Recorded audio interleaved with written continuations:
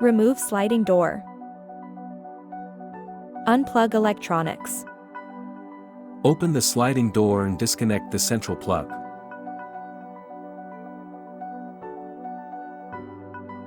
The sliding door cable harness runs into the interior.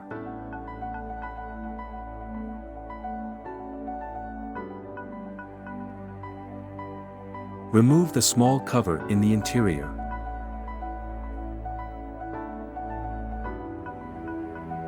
The cover is only plugged in, but removing it is not that easy.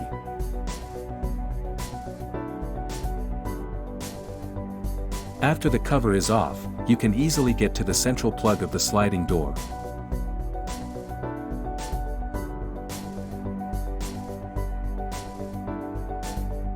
Disconnect plug.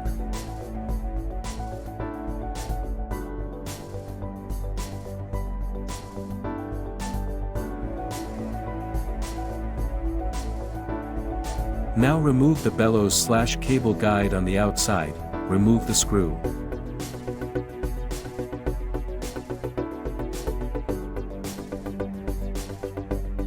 Then pull it out at the front and push it forward.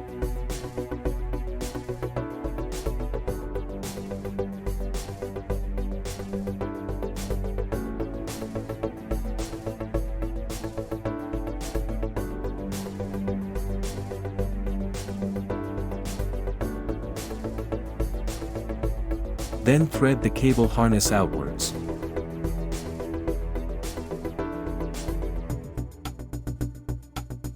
Find screws. The sliding door is attached in 3 places. You first have to remove the cover on the bottom.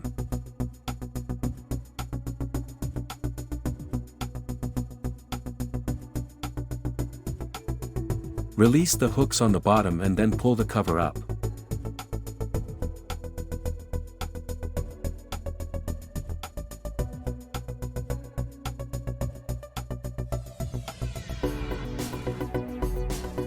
After the cover is off, you have access to the 3 screws.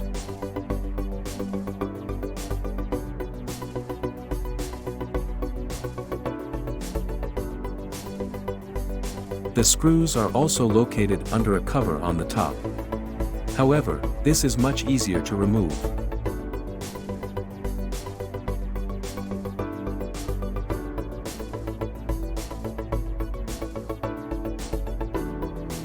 At the back, the carriage is still attached to the door with 2 screws.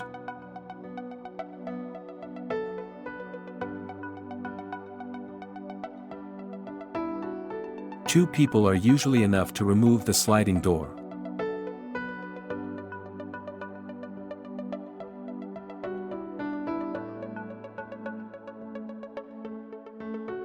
Simply remove all of the screws shown previously and the sliding door can be removed.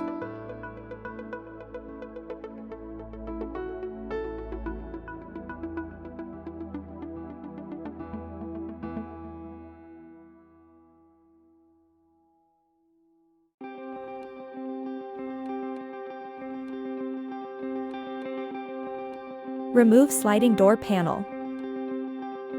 After the sliding door is out, you can remove the door panel. It is screwed to the door in 4 places.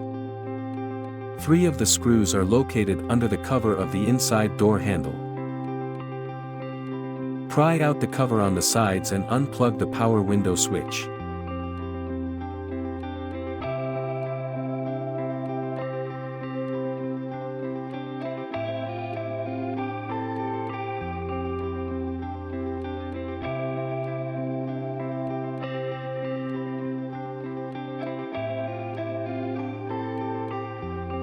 Remove the 3 screws.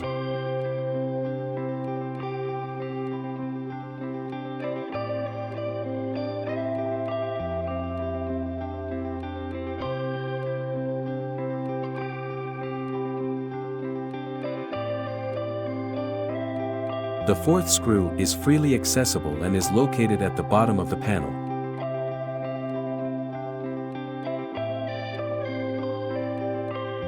Now the panel is only attached to the door using clips. Gradually remove the panel from the door, suitable tool in the description.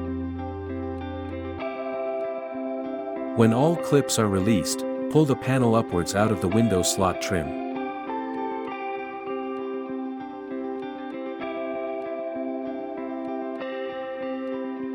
Install and adjust sliding doors. The installation works in the same way as the removal, only in reverse. However, there are some things you should pay attention to, especially with an automatic door. If it is adjusted incorrectly, it may not close. Because the jamming mechanism detects an obstacle and the sliding door opens again. That's why the next steps deal with adjusting the sliding door.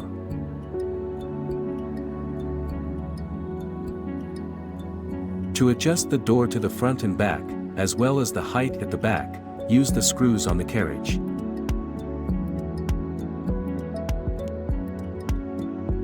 Use the locking pin to adjust the outside and inside at the back. If you adjust the height of the carriage, you also have to adjust the locking pin. Otherwise the door will tilt when you close it. If you put the locking pin inwards, the door closes later and is therefore further in. To adjust the height of the sliding door at the front, use the bottom 3 screws. Carriage down equals sliding door goes up.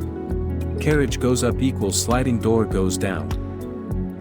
To turn the top of the sliding door outwards and inwards, use the top screws. Once you have adjusted the sliding door well, there are still 2 locking pins on the front.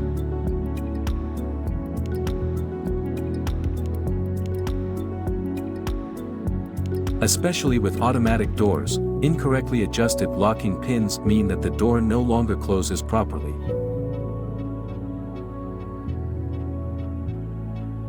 The pins can also be used for fine adjustment at the front. Removing door handle. Basically, removing the door handle works as usual. Remove the cover and go through the hole to get to the lock. A crescent moon is installed here, so pull to release and press to lock. Unfortunately, releasing the lock through this small hole is not that easy. That's why you can also remove the large cover next to it. Squeeze the top and bottom together and then pull out. Be careful not to damage the paint. Of course you can't do this with your fingers like I did in the video. My cover is just already out. After the cover is out, you can see the mechanism much better. Here the whole thing is in the dismantled state. We remember, pull out to release. The good thing is that you can now release the lock with a normal screwdriver.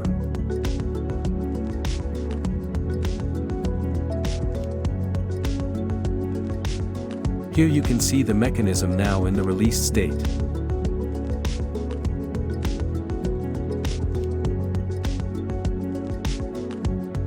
And locked here again.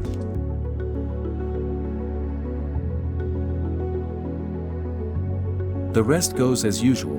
Release the lock, take out the counterpart and pull the handle out to the front. That's it for this tutorial. Good luck doing it yourself.